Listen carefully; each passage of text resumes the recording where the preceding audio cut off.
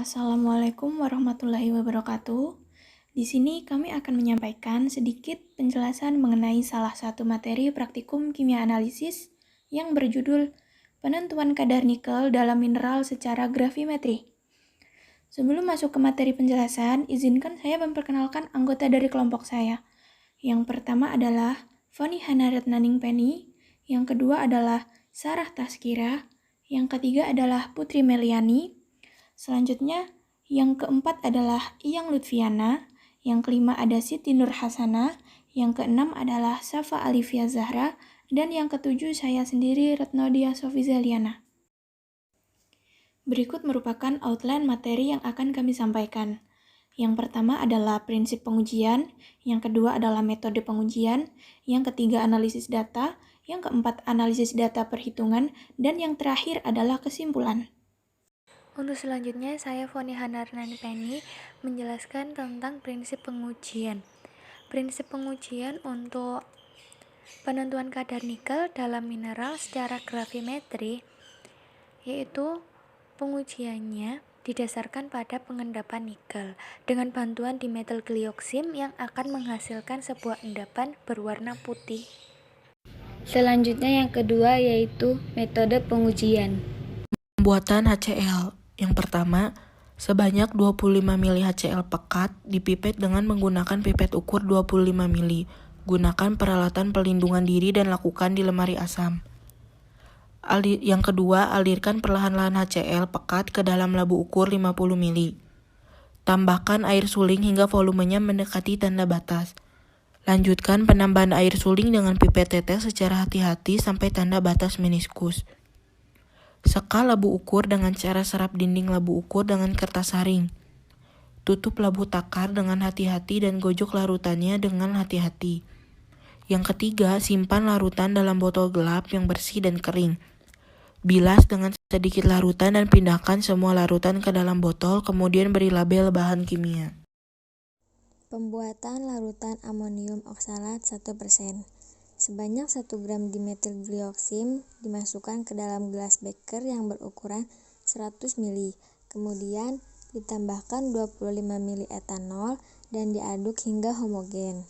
Selanjutnya dipindahkan ke dalam labu ukur yang berukuran 100 ml dan ditambahkan etanol hingga volumenya mendekati tanda batas. Dilanjutkan penambahan etanol dengan pipet tetes secara berhati-hati sampai tanda batas meniskus. Selanjutnya, labu ukur diseka dengan kertas saring dan tutup labu takar dengan hati-hati dan digojok larutan tersebut dengan hati-hati. Yang terakhir, simpan larutan dalam botol gelap yang bersih dan kering. Bilas dengan sedikit larutan, kemudian beri label bahan kimia. Prosedur selanjutnya yaitu ada penentuan nikel pada mineral. Yang pertama, sebanyak 1 gram contoh uji ditimbang dan dimasukkan ke dalam Erlenmeyer. Kemudian dilarutkan dengan 25 ml air suling.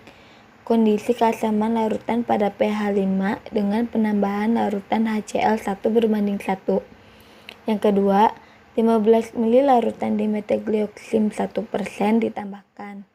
Penambahan 4-5 gram urea dipanaskan pada suhu 80-90 derajat Celcius selama 1 jam. Proses pembentukan endapan diamati. Jika setelah 15 menit tidak terbentuk endapan, ditambahkan beberapa gram urea. Yang ketiga, larutan didinginkan dan diperiksa pH campuran. Jika pH sangat rendah, beberapa tetes amonium hidroksida ditambahkan sampai pH larutan menjadi 7. Endapan yang terbentuk disaring, cek filtrat dengan 2-3 ml larutan dimetilglioksim. Selanjutnya, jika masih terbentuk endapan, larutan dipanaskan dan disaring endapan yang dihasilkan, atau satukan dengan penyaringan sebelumnya. Cuci endapan dengan air dingin. Pindahkan dalam kurs porselin pada suhu 100 derajat Celcius selama 1 jam. Pijarkan endapan dipijarkan pada 550 derajat Celcius selama 60 menit. Yang terakhir, keluarkan cawan dari furnace dan biarkan pada temperatur kamar. Dinginkan dalam desikator. segera timbang dengan neraca analitik. Catat sebagai W1. Pengujian dilakukan secara duplo. Selanjutnya yang ketiga yaitu analisis data. Berdasarkan rangkaian percobaan yang telah dilakukan, diperoleh data pengamatan penentuan kadar nikel sebagai berikut. Massa contoh replikasi 1 sebesar 1 gram dan massa contoh replikasi 2 sebesar 1,005 gram. Kemudian massa krus kosong replikasi 1 sebesar 55,2047 gram dan replikasi 2 sebesar 52,3293 gram. Untuk massa endapan yang diperoleh sebesar 1,4163 dan replikasi 2 1,5061. Kemudian untuk massa kertas saring sebesar 0,9727 dan untuk replikasi 2 0,9914. Kemudian untuk massa krus plus endapan diperoleh replikasi 1 sebesar 56,6210 dan untuk replikasi 2 sebesar 53,8354. Kemudian untuk perubahan warna, replikasi 1 dan replikasi 2 memiliki perubahan warna yang sama, yaitu dari biru kehijauan menjadi merah magenta. Kemudian, berdasarkan percobaan yang telah dilakukan, reaksi yang terjadi adalah sebagai berikut. Pada percobaan penentuan kadar nikel menggunakan dimetil glioksim, pada reaksi Ni2+ dan dimetil glioksim membentuk senyawa kompleks. Ni2+ berperan sebagai atom pusat dan dimetil glioksim sebagai ligan. Reaksi yang terbentuk antara Ni2+ dan dimetil glioksim adalah reaksi pembentukan kompleks zat pengendap.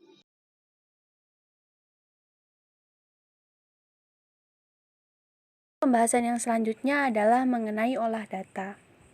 Dalam penentuan kadar nikel dapat digunakan rumus W1 dikurangi dengan W0 dibagi dengan massa, kemudian dikali dengan faktor gravimetri dan dikali dengan 100%. Di mana W0 ini adalah bobot krus kosong, W1 adalah bobot krus berisi endapan yang telah diabukan, dan M adalah massa contoh. Yang pertama adalah penentuan faktor gravimetri pada penentuan kadar nikel. Untuk mencari faktor gravimetri penentuan kadar nikel ini, digunakan rumus massa atom relatif nikel dibagi dengan massa molekul relatif nikel bis dimetil glioksimat. Dari data yang telah diketahui, faktor gravimetri didapatkan sebesar 0,2027 gram per mol. Lalu yang selanjutnya adalah penentuan kadar nikel pada replikasi yang pertama. Diketahui bahwa bobot krus kosong seberat 55,2047 gram dan bobot krus yang berisi endapan seberat 56,621 gram, serta massa contoh seberat 1 gram. Dari data yang kita ketahui, kemudian kita masukkan ke dalam rumus penentuan kadar nikel, sehingga didapatkan kadar nikel pada replikasi yang pertama sebesar 28,71%. Kemudian yang selanjutnya adalah penentuan kadar nikel untuk replikasi yang kedua. Diketahui bahwa bobot krus kosong seberat 52,3293 gram dan bobot krus yang setelah berisi endapan seberat 53,8354 gram. Dan massa contoh seberat 1,0005 gram. Dari data yang kita ketahui, kemudian kita masukkan ke dalam rumus yang sama dan didapatkan kadar nikel untuk replikasi yang kedua adalah 30,51%. Lalu yang terakhir adalah setelah kita menentukan kadar nikel pada replikasi yang pertama dan yang kedua, selanjutnya adalah kita menentukan apakah pengujian bersifat presisi atau tidak dengan menggunakan rumus persen RPD, yaitu hasil pengukuran dikurangi dengan duplikat pengukuran dibagi dengan rata-rata pengukuran dikali dengan 100%. Nah, di mana hasil pengukuran ini adalah kadar nikel pada replikasi yang pertama, yaitu 28,71%. Dan duplikat pengukuran ini adalah kadar nikel pada replikasi yang kedua, yaitu 30,51%. Dengan begitu, persen RPD dapat kita cari sehingga didapatkan hasil 6,08%. Nah, dari hasil tersebut dapat kita simpulkan bahwa pengujian dikatakan baik karena hasil dari kadar nikel dengan hasil pengulangan tidak berbeda jauh, sehingga pengujian bersifat presisi karena nilai persen RPD kurang dari 10%.